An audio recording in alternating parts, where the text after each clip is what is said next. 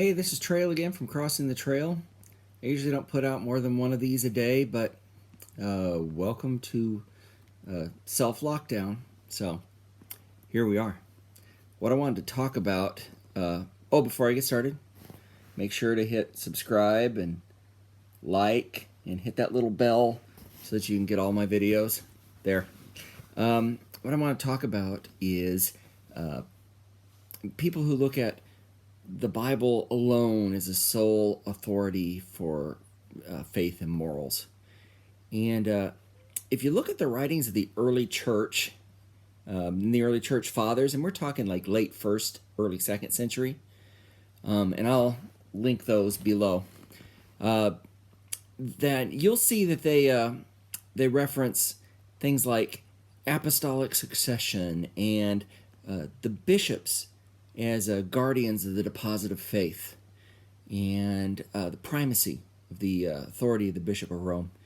And if you read all those, the collective weight of all their writings, you see nowhere any indication that the early followers of Christ disregarded those positions of authority or considered them invalid as a rule of faith.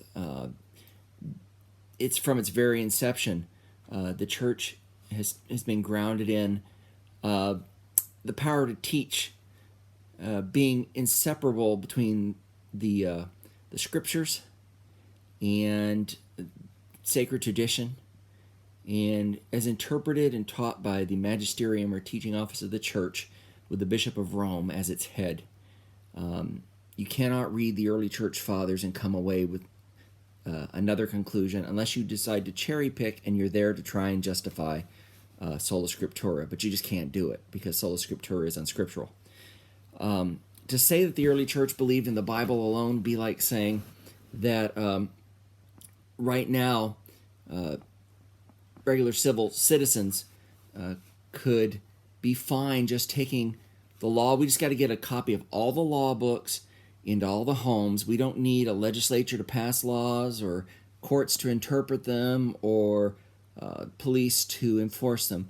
We just get everybody the law books, and if they study those law books hard enough, everybody will interpret laws the same way, and everybody will follow the laws, and that'll work out.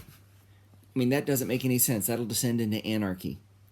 And that has actually been the fruit of private interpretation of the Bible being the sole authority in faith and morals, because what you actually have is not the Bible as the sole authority, but each individual Christian's interpretation of what they think the Bible is saying being the final authority. So you go from having one pope to having a billion popes. And that is nothing but anarchy. And if you think that isn't true, start counting the thousands of Protestant denominations that are out there.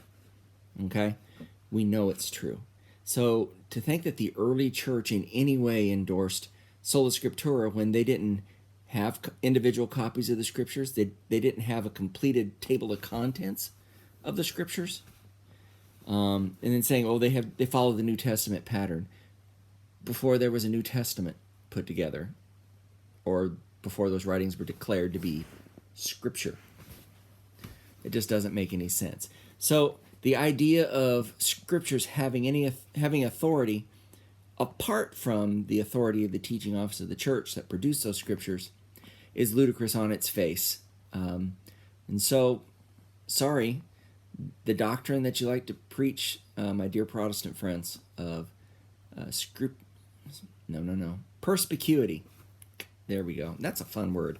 Perspicuity, that the scriptures are self-interpreting, and that scripture interprets scripture, and if we just study scripture hard enough, we'll all come to the same conclusions, is demonstrably, not just logically, but demonstrably false. When you take the scripture and you separate it from sacred tradition and the teaching authority of the church to interpret it, before you've even started, you're out of context. Let me know what you think. And again, don't forget to like and subscribe. We'll talk to you again soon.